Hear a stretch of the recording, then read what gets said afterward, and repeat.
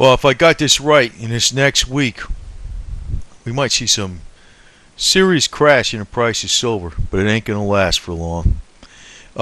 Just looking at this daily chart, and I'm going by the close prices because back here when this crashed, it went from like 48, basically closed around 34, and over here, even though we had this dip down in the 26 range, it really closed about 29, and then it closed about 27 over here. I'm thinking it's going to go down to 25 over here. That's a hell of a jump, and I just can't imagine it, but I think they got, oh, maybe it is rigged. Whatever. I just hope I'm playing the right direction with this stuff. So I'm short on silver and gold. It doesn't seem like it's going to take too much longer. I've been wondering, right now, silver's dropping still. It's down 10 cents. 6 cents, whatever. It seems like it's still, from like having a hard drop like it had today, it's still dropping off. So I find that interesting. Usually there's a little bit of a bounce. So I don't know exactly what's going on, but I expect this to be temporary. But if you got coins and that's the only way you're invested in silver, no big deal. Just wait it out, and I think you're gonna be able to pick up the coins cheaper pretty soon. I think this is gonna be a few dollars lower.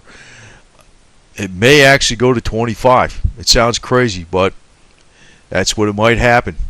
As far as the other metal, palladium, I think this metal, looking at this Fibonacci, I don't know if it's going to retrace all the way down here.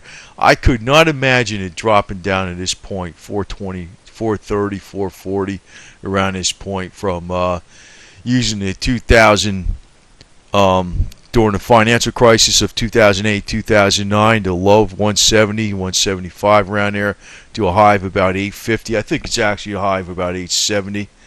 It actually puts it at about 470 as a 440 approximately for fib level. I don't think it's going to go that low. I'd like to see it go that low because I think it's going to hit its all-time high nominally this year. I do.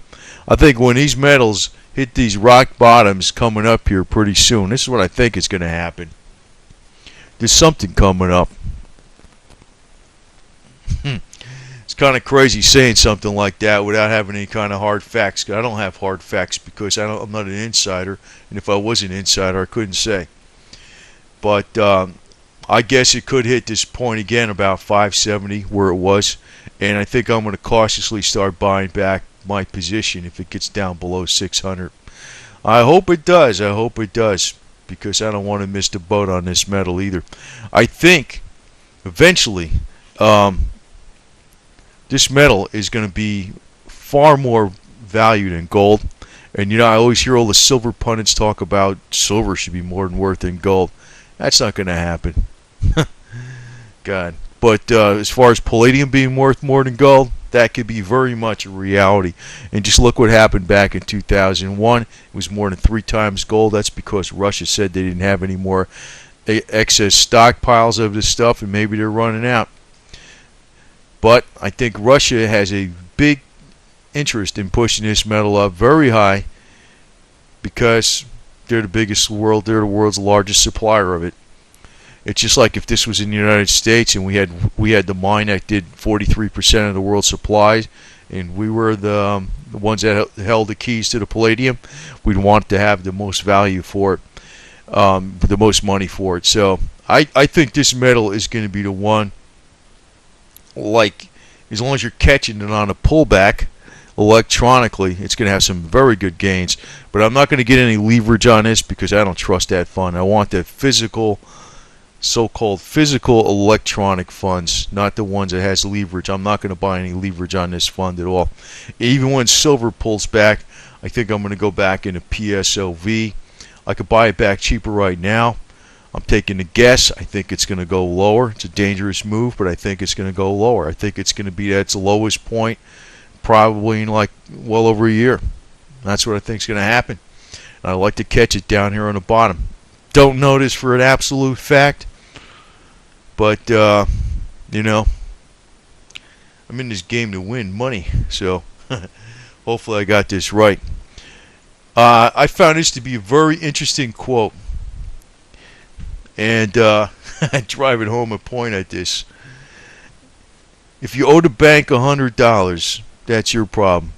If you owe the bank $100 million, that's the bank's problem. J. Paul Getty, very famous quote he said, which is very.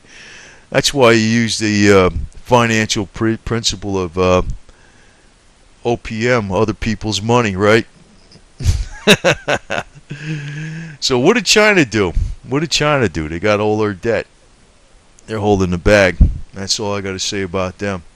It's going to piss them off, but I got a feeling that's all planned, and I don't know what the deal is going to happen with that. But probably it's going to lead to a conflict, I'd imagine. But I found this statement very enlightening, you know. As far as the Treasury notes, I guess you don't want to be holding them either. But it's a matter of knowing where to go and when to what cards to hold and what cards to dump. And I think this is even going to be true with the silver and gold. The middle class is going to wind up holding the silver and gold far longer than they should, and they're going to get caught. And this is usually what happens to the middle class. I just hope I'm not in that area myself. But I expect, I would like to see Palladium go down to this fib number of about 440, but I don't think it's going to. It seems I just can't imagine it dropping that kind of amount of money that fast. Plus, considering that there's a shortage, but it probably is going to go below 600. I'd like to see it go beyond 500. But if I'm missing the boat, that's why I think I'm going to get in there without leverage, hopefully, when it goes below 600. And I'm going to watch this metal at the same time. I think silver's at the bottom. Now, if silver does go down to like 26 or 25, I figure Palladium is whatever Palladium is at that time. That would be the time to buy. They don't move together, but generally speaking, the metals kind of do move together. And I'm thinking this next week might prove to be, I don't know. I don't know this for a fact. I'm betting this way, though. I'm betting this way. I just can't say, like, I know this to be a fact. Like silver's going to drop like a stone over the next week or so, next week or two. I just can't say that. I know that for a fact, but somehow it does appear that that's going to be the case. And I'm thinking the only way that could possibly happen is some kind of banking crisis due to something going on in Europe that they're not talking about, because they sure are glossing over the situation like everything's just great. And we do know that there's been 358 bank leaders and investment house leaders worldwide that have resigned, that are some of the top people in the highest positions that have resigned. 358 of them worldwide since September 1st, 2011, so in less than 6 months. And so I think there is something coming up, and there might be a big surprise. So maybe even this internet rumor about March 23rd, Friday, which is tomorrow, something's going to come out later on in the evening that's going to be a statement that there's some type of problem. I don't know if that's true or not, but these charts do suggest that something's coming down here. Fundamentally, silver shouldn't be doing this. No, not at all. It shouldn't be doing this. Not at all.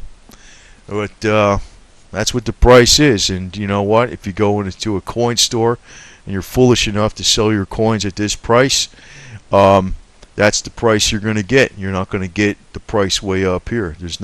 Right now, there's still no separation between physical and the spot market. And I'm still shorting silver on double leverage, and I don't know. I think it's still going to drop some more. It's like I don't know this for a fact, though. That's the thing. I don't know this for a fact. I just think that's what's going to happen.